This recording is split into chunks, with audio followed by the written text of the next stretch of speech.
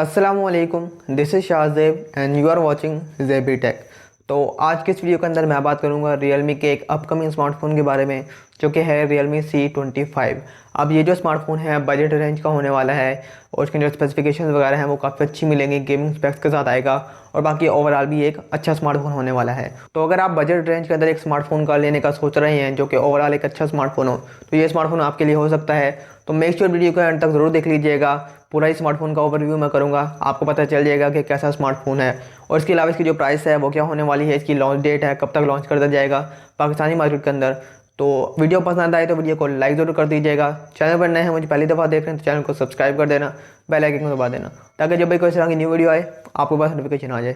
तो करते हैं आज की वीडियो स्टार्ट। तो सबसे पहले यहाँ पे बात कर लीजिए इसके डिज़ाइन की। तो इसका जो डिज़ाइन है वो हमें सिंपल वैसे ही देखने को मिलेगा जैसे Realme C सीरीज़ का देखने को मिलता है, जहाँ पे बैक साइड पर हमें रेज टाइप डिज़ाइन देखने को मिलेगा। इसके अलावा जो कैमरा मॉड्यूल है वो राउंड स्क्वायर शेप में, जिसके अंदर हमें ट्रिपल कैमरा सेटअप और एक LED फ्लैश लाइट देखने को मिल जाएगी। इसके अलावा बैक साइड पर ही इसका जो फिंगरप्रिंट स्कैनर है वो भी देखने को मिल जाता है। और फ्रंट की बात करें तो फ्रंट साइड पे हमें इसकी जो वाटर ड्रॉप नॉच है वो देखने को मिलेगी। यहाँ पे पंच होल नहीं लगाया गया, अब यहाँ पे लगाना चाहिए था लेकिन फिर भी यहाँ पे पंच वो दिया गया है वाटर ड्रॉप नॉच, तो लेकिन गुजारा चल जाता है।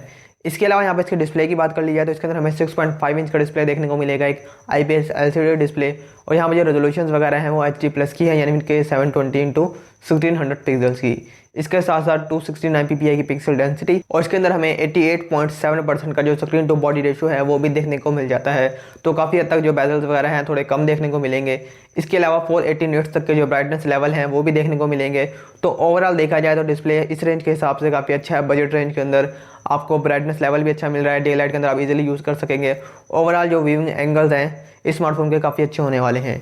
इसके अलावा यहाँ पे बात कर लिया इसके प्रोसेसर की, जो कि इसका एक हाईलाइटिंग फीचर होने वाला है। खैर ये प्रोसेसर किसी और स्मार्टफोन बाकी स्मार्टफोन में भी देखने को मिलता रहे, लेकिन फिर भी एक ये अच्छा प्रोसेसर है जो कि है मीडियाटेक का हीलो G70।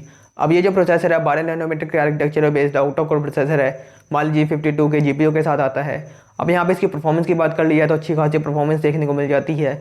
यहाँ पे हम जो PUBG का गेम प्ले है वो भी 40 FPS का देखने को मिलता है। इसके अलावा बाकी गेम्स भी हैं वो भी हाई सेटिंग पर रन हो जाती हैं। इसके अलावा डेली यूज़ सोशल मीडिया वगैरह या मल्टीटास्किंग इसके अंदर इजीली हो जाती है, तो प्रोसेसर वाली साइड से कोई भी प्रॉब्लम नहीं क्रिएट करेगा, अच्छा खासा यूज़ हो जाएगा। इसके अलावा यहाँ पे बात कर लीजिए इसके वेरिएंट की, तो वैसे तो इसके दो वेरिएंट्स हैं, 4128, 464, लेकिन एक्सपेक्टेड यही है कि पाकिस्तानी मार्केट के अंदर हमें 4GB रैम और 64GB स्टोरेज वाला सिर्फ एक ही वेरिएंट आएगा।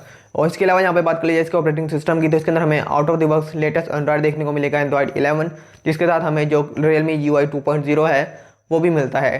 तो एक अच्छी बात है, लेटेस्ट एंड्रॉइड के साथ आएगा। और बाकी रही Realme UI की बात, वो भी काफ़ी स्मूथ होने वाला है, तो आपका जो एक्सपीरियंस मिलेगा वो काफ़ी अच्छा होगा।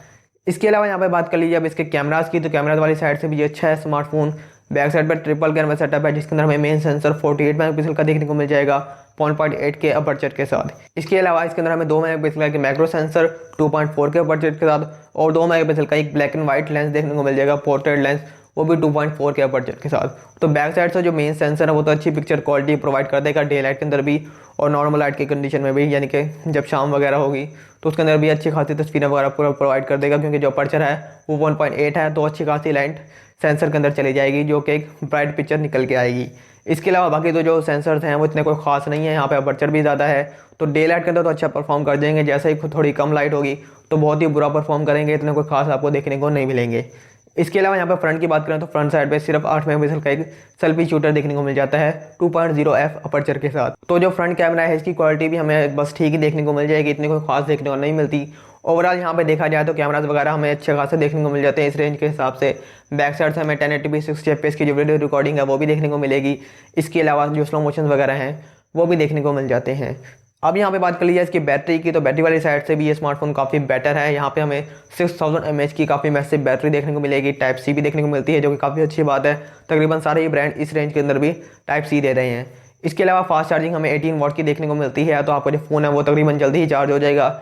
लेकिन यहाँ पे काफ़ी बड़ी बैटरी है तो थोड़ा टाइम लगा सकता है 6000 mAh की बैटरी फुल होने में, लेकिन बैटरी वाली साइड से ये स्मार्टफोन काफ़ी अच्छा देखने को मिल जाता है। अब नेक्स्ट यहाँ पे बात कर लीजिए इसके कलर्स की, तो इसके दो कलर्स होने वाले हैं, एक ग्रे और एक ब्लू, और दोनों ही कलर्स हमें काफ़ी अच्छे देखने को मिलते हैं। इसके अलावा यहाँ पे बात कर लीजिए इसकी थिकनेस और वेट की, तो ये जो स्मार्टफोन है 9.6 mm थिक और इसका जो वेट है 209 ग्राम का देखने को मिलता है, जो कि थोड़ा ज़्यादा भी है और थिक भी ज़्यादा है। तो आपको थोड़ा मोटा भी देखने को मिलेगा और थोड़ा हैवी भी। तो हैंड फील वगैरह है थोड़ी इसकी कोई इतनी खास होने वाली नहीं है, तो आप ये ध्यान में रख सकते हैं। तो यहाँ पर कंप्लीट स्पेसिफिकेशन वगैरह हो गई हैं, बाकी कोई भी चीज़ मिसिंग है आप नीचे कमेंट में ज़रूर पूछिएगा। बात कर लीजिए यहाँ पे इसकी प्राइस और लॉन्च डेट की, तो इसकी जो प्राइस होने वाली है वो कोई राउंड अबाउट 20 से 25,000 इसके दरमियान में कहीं पे होगी, क्योंकि 20,500 600 में तो Realme Nazo 30 ये भी देखने को मिलता है, जो कि इससे प्रोसेसर तो अच्छा देखने को मिल जाता है, लेकिन कैमराज वाली साइड से इतना कोई खास देखने को नहीं मिलता। तो इसके अंदर थोड़े कैमराज भी अच्छे लगाए गए हैं, तो थोड़ा बहुत इसका जो प्राइस है वो भी ज़्यादा होने वाली है, 23-24,000 ऐसे कहीं पे देखने को मिलेगी इसकी प्राइस। और इसके अलावा यहाँ पे इसके लॉन्च डेट की बात कर लीजिए तो इसका जो लॉन्च है वो हमें बहुत ही जल्द देखने को मिलेगा। आप ऐसे अंदाज़ा लगा सकते हैं कि 10 अप्रैल 15 अप्रैल इसके दरमियान में कहीं पे देखने को मिल जाएगा, क्योंकि जो Realme 8 सीरीज़ है उसका लॉन्च भी देखने को मिल जाएगा, तो उसके साथ में भी इसको लॉन्च कर दिया जाए तो उम्मीद है उसके साथ ही किया जाएगा, लेकिन सेपरेट भी इसको ऑनलाइन लॉन्च किया जा सकता है, जैसे दराज वगैरह ऐसे कहीं पे, जैसे Realme Nazo 30 भी लॉन्च हुआ है वैसे भी इसको लॉन्च किया जा सकता है। तो होगा अप्रैल के महीने में ही ये लॉन्च Realme C25। बाकी आपके इस स्मार्टफोन के बारे में क्या ओपिनियंस है, आप इसको बाय करेंगे या कोई भी ओपिनियंस है नीचे कमेंट में ज़रूर बताइएगा। तो बस ये थी आज की वीडियो पसंद आया तो वीडियो को लाइक जरूर कर दीजिएगा। चैनल पर नए हैं, मुझे पहली दफ़ा देख रहे हैं तो चैनल को सब्सक्राइब कर देना, बेल आइकन को दबा देना, ताकि जब भी कोई इस तरह की न्यू वीडियो आए आपके पास नोटिफिकेशन आ जाए। तो बस मैं मिलता हूँ आप सब किसी नए वीडियो में, तब तक के लिए अल्लाह हाफिज़।